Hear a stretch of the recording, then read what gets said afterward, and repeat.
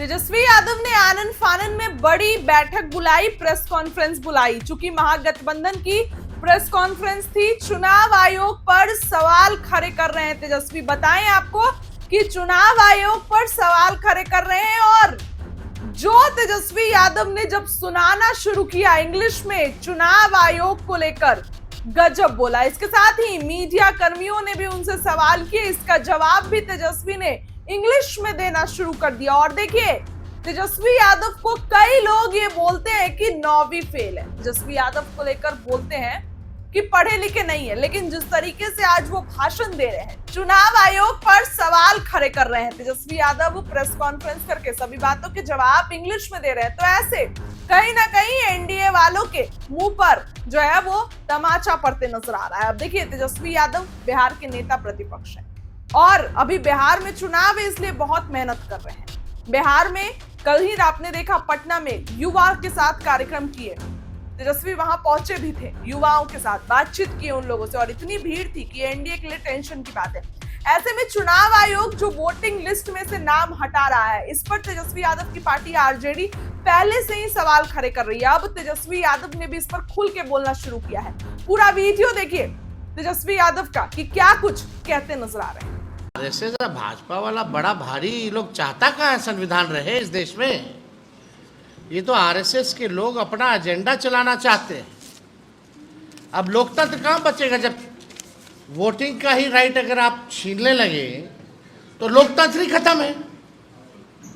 प्रधानमंत्री जी विदेश जाते हैं, बोलते हैं कि हमारा डेमोक्रेसी के बारे में बात करते हैं। इसके बारे में जरा बात करेंगे कि प्रधानमंत्री मजाक उड़ाएंगे लोग देश का। ये क्या हो रहा है? 25 दिन में 8 करोड़ लोग का, वो भी ऐसा डॉक्यूमेंट। ये बात मेरी तेजस्वी की नहीं, हम तो जितने प्रिंट मीडिया हैं, हमसे जो गलती हो मत छापना, मेरी बात को मत छापना, लेकिन जो हकीकत है उसको जरूर आप लोग छापिएगा। ये आपके बारे में बात है, हमारे बारे में बात है, ये बिहार के हर एक लोगों के बारे में बात है कि आप फिर से आप जो है नया लिस्ट बनाइएगा वोटर का।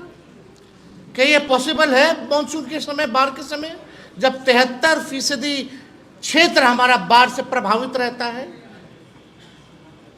तो ये पूरी तरीके से आप देखिएगा, ये होश बोले हैं। हाँ, होश बोले। इन्होंने बोला जो प्रियम्बल्स जो है उसमें से सेकुलर शब्द और समाजवादी जो शब्द है उसको हटा देना चाहिए। कौन है भाई? देश के आजादी में क्या कुर्बानी है जो तुम देश के संविधान के बारे में बोल रहे हो? क्या कुर्बानी है? अंग्रेज के चमचे लोग अब हम लोगों को बताएंगे कि क्या करना चाहिए, नहीं करना चाहिए। एक बार छू के तो दिखाओ संविधान को। संविधान के अनुच्छेद 326 और प्रतिनिधित्व अधिनियम 1950 का ही हवाला दिया जा रहा है चुनाव आयोग के द्वारा इस पूरी प्रक्रिया को लेकर के। सवाल यह है कि केवल समय सीमा को लेकर के आप लोग सवाल उठा रहे हैं। इस पूरी प्रक्रिया आपको हमने डेटा बताया ना, कितना लोग के पास कितना कागज है, वो भारत सरकार का ही सर्वे है। जिसके पास नहीं है वो कहाँ से लाएगा? हम तो कहे ना भाई कि लोकसभा के बाद ही करवाते हैं आप। ये 2 महीना इंतजार क्या करना था अचानक से? वो भी ठीक कहा दीपांकर जी ने। अभी सब ऑल पार्टी के लोगों को बुलाया गया था दिल्ली, वहाँ ट्रेनिंग दी गई थी। कार्यक्रम क्या होगा नहीं होगा उसमें इसका क्यों नहीं जिक्र किया गया? ये अचानक से ऑल ऑफ सडन, यानी कहीं से इलेक्शन कमीशन में फोन गया है भैया। हमारे बिहार के मुख्यमंत्री भागे हैं दिल्ली, हम हार रहे हैं, बचाइए, इज्जत बचाइए।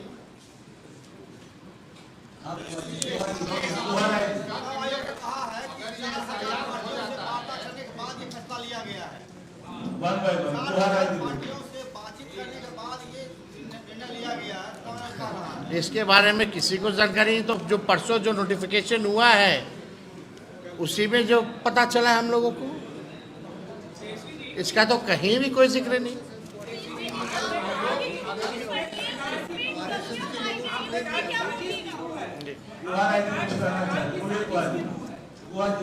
सरकार की साजिश की, फिर आप इलेक्शन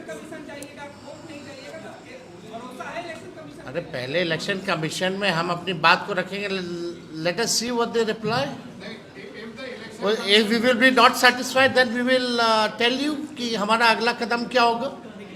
लेकिन ये बात तो है कि बिहार के लोग अलर्ट हैं।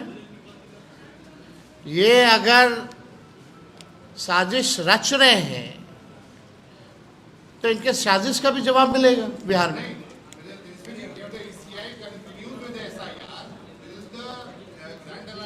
नहीं, आप बस हमारे कदम के बारे में पूछिएगा क्या है। हम बोले कि हम लोग पहले एक बार अपनी बात को रखेंगे, फिर अपने कदम को बताएंगे।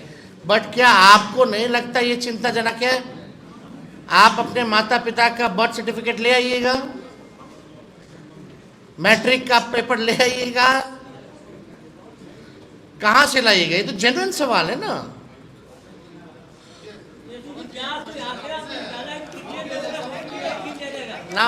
Last question. अरे हम तो बता ही दिए।